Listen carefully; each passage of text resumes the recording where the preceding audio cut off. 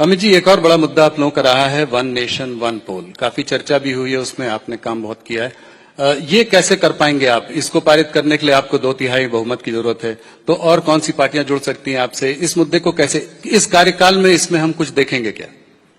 देखिए भाई, आप तो ऐसा सवाल कर रहे हो, गांधी जी ने देश को आजाद करने की मांग की, तो वो कोई पूछ लेगा उनको कैसे करोगे भाई, अंग्रेजों का राज है।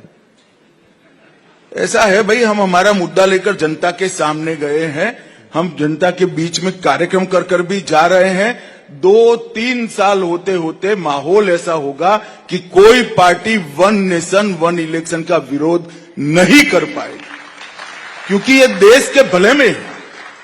कोई मुझे बताए कि बार बार चुनाव कर कर खर्च कर कर हम क्या करना चाहते हैं इस देश में? एक साथ चुनाव क्यों नहीं होना चाहिए? कारण क्या है? ये कहते हैं संविधान सम्मत नहीं, कोई आर्गुमेंट नहीं करता, एक वाक्य लिख कर दे दिया है, बोले रखते हैं संविधान सम्मत नहीं। कैसे संविधान सम्मत नहीं? और नहीं है तो आपने 3 चुनाव कैसे कराए?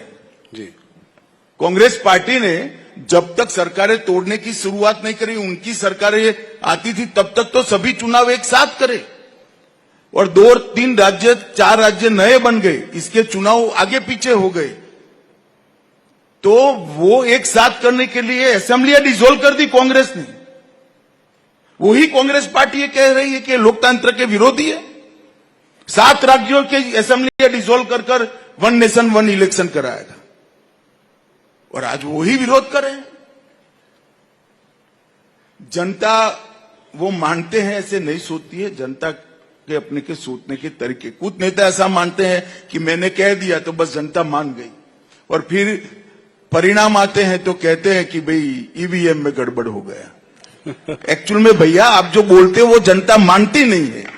अभी तो कह रहे हैं महाराष्ट्र का इलेक्शन भी जो है उसको भी चोरी कर लिया आप लोगों ने। अगर हम जीत जाते तो क्या, वो जीत जाते तो क्या कहते? हम तो वो है 10 साल, हमारे 10 साल में इनकी तेलंगाना सरकार बनी, चेन्नई में सरकार बनी, बंगाल में बनी, हिमाचल में बनी, वो कैसे बनी फिर? तो कांग्रेस की बात हो रही है तो एक सवाल यहां पे आपसे पूछना चाहूंगा। ये एआईसीसी का सेशन चल रहा है, उसमें जो खबरें हम पढ़ रहे हैं, देख रहे हैं, जो वहां से निकल के आ रही है, तो उसमें लीडर्स का मानना है 2 तरीके के थॉट्स हैं। एक तो ये है कि मोदी को गाली दो, मोदी के खिलाफ भाषण देते रहो, मोदी के पीछे पड़े रहो, और दूसरा कुछ नेता ये मानते हैं कि आप अपनी ऑल्टरनेट सोच, अपना विजन भी सामने लोगों के रखें। आप क्या कहना चाहेंगे इस पर राहुल? देखिए, इसका मतलब है कुछ तो समझ वाले लोग अभी भी वहां बचे हैं क्योंकि इतने सालों का अनुभव है, 2001 से लेकर 2025 तक का, जितनी बार मोदी जी को गाली दी, इनकी माता जी ने भी दे दी, इन्होंने भी दे दी, जितनी बार गाली दी मोदी जी और मजबूत होकर बाहर आए हैं। उनको मालूम नहीं हमारे दल का चुनाव चिन्ह कमल है, जो कीचड़ में ही खिलता है, ज्यादा खिलता है। तो हम तो गालियों के कीचड़ में ही खिलकर बाहर आते हैं, वो उनको मालूम नहीं। अमित जी, आपको काफी दिनों बाद इस बार इंटरव्यू कर रहा हूं। 2024 के चुनाव के समय आपसे बात हुई थी, एक सवाल उस पर भी। 2024 में आप लोगों को उम्मीद थी, नारा था अब की बार 400 पार, सीटें आई भारतीय जनता पार्टी की 240।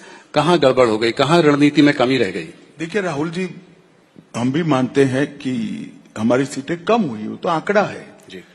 मगर ये जो कह रहे हैं कि भाई ये तो ये कह रहे थे ये आए, ये कह रहे थे ये आए, मुझे बताओ, कोई खिलाड़ी मैच खेलने जाएगा, सामने टीम कैसी भी हो, पिच कैसी भी हो, वो क्या कहेगा? नहीं हम आज हार जाएंगे, ऐसा कहेगा क्या? अरे भाई, हमारा 300 था तो हमने 400 कहा, इसमें क्या बुराई की है भाई? हम तो सोचते ही हम बढ़ोतरी करेंगे और करेंगे। अभी भी मैं कहता हूं, हम तमिलनाडु जीतेंगे, बिहार भी जीतेंगे, और इनका सुपड़ा साफ हो।